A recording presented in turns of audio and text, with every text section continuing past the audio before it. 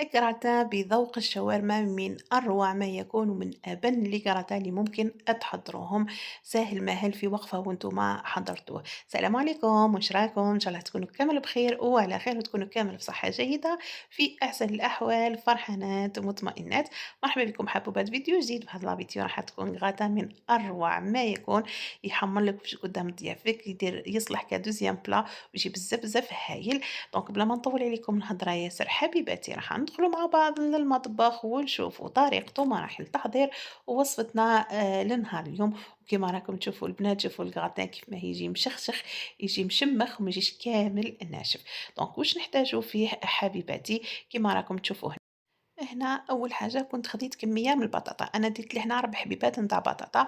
كنت غسلتهم البنات، نقيتهم، قطعتهم كيما راكم تشوفوا كيما نقليو لي فريت. من بعديكا درت لهم لهنا 2 مغرفات نتاع زيت، شوية نتاع ملح، فلفل عكري، شوية فلفل كحل، وتوابل خاصين بالفريت أهم ليكم.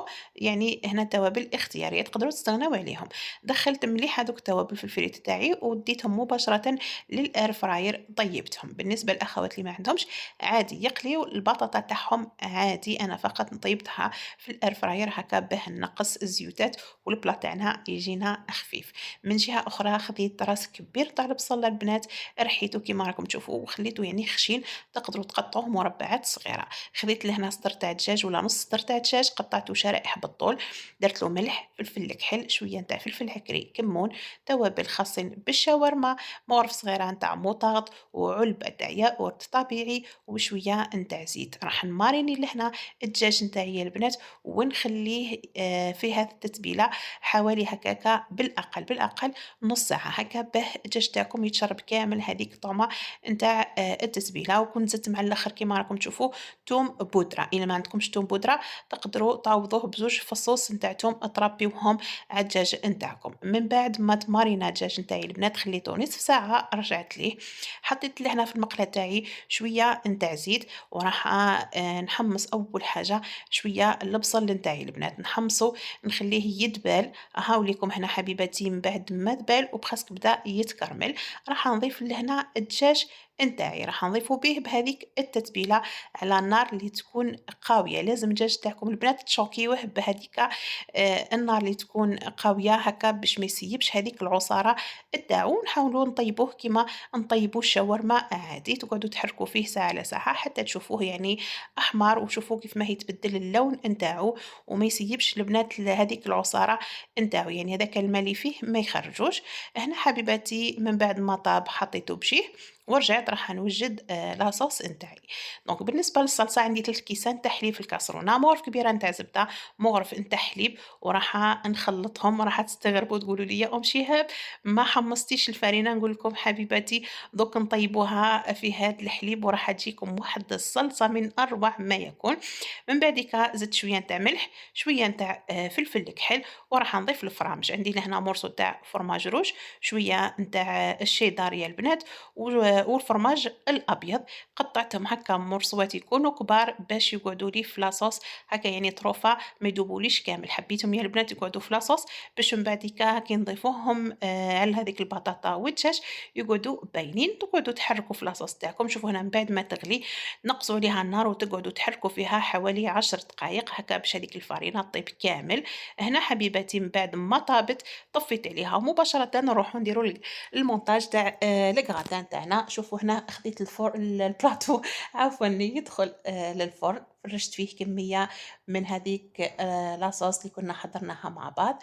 من بعديك حطيت هذيك البطاطا اللي طيبتها في الاير فراير، وشوفوا الله يبارك كيف ما طابت حميمه الله الله، وطابت يا البنات زبده.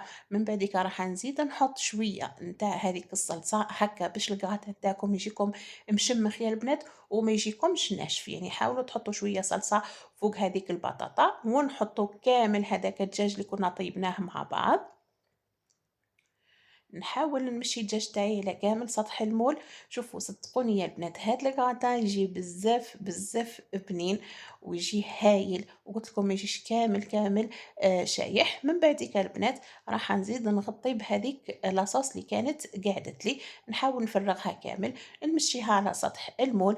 من بعديك يا البنات كنت ربيت له شويه نتاع فرماج روج، ضفته له من الفوق وندخله مباشره للفرن يتقراطينا، نشعلو من الفوق ومن التحت نخليه حتى يدي هذيك التحميرة المليحة. بالنسبة للأخوات اللي يقولوا لي أم شهاب واش هو نوع الفرماج اللي تستعمليه باش هكا يحمر لك من الفوق، نقول لكم البنات يعني من الفوق تستعملوا الفرماج ذو نوعية جيدة كيما الفرماج روج، جودة، شيدار، يعني فري شيدار. هادو هما البنات اللي يعطيكم هذا التحميرة اللي راكم تشوفوا فيها، يعني الفرماج تاعكم يحمر. دونك هاوليكم من بعد ما طاب زدت له رشة تاع معدنوس من الفوق، وشوفوا كيف ما جاي شهي. شهيتكم كامل في الجنة حبوباتي. نتمنى أنكم تجربوه وتخليوا لي رايكم في التعليقات. هنا راح نقطع معكم مرسو وتشوفوه كيف ما جا من الداخل. صدقوني يا البنات يجي معسل مشمخ، يعني قد ما نقول لكم هذه الوصفة راهي بنينة مش كيما كي تجربوها. شوفوا هنا كيف ما من بعد ما قطعته، شوفوا كيف ما يجي مشمخ من الداخل. وهنا حبوباتي نكون وصلنا لنهاية الفيديو تاعنا تاع نهار اليوم. نتمنى انها كانت خفيفة ظريفة على قلوبكم، نتمنى انها نالت اعجابكم. وإلا عجبتكم متنساونيش بهذاك الإعجاب والكومنتير الحلو كيما نتوما، وتبارطاجيو لا فيديو مع الأحباب والأصدقاء. ما بقى لي غير نقول لكم دمتم في رعاية الله وحفظه، وستناوني في فيديوهات جديدة. سلام.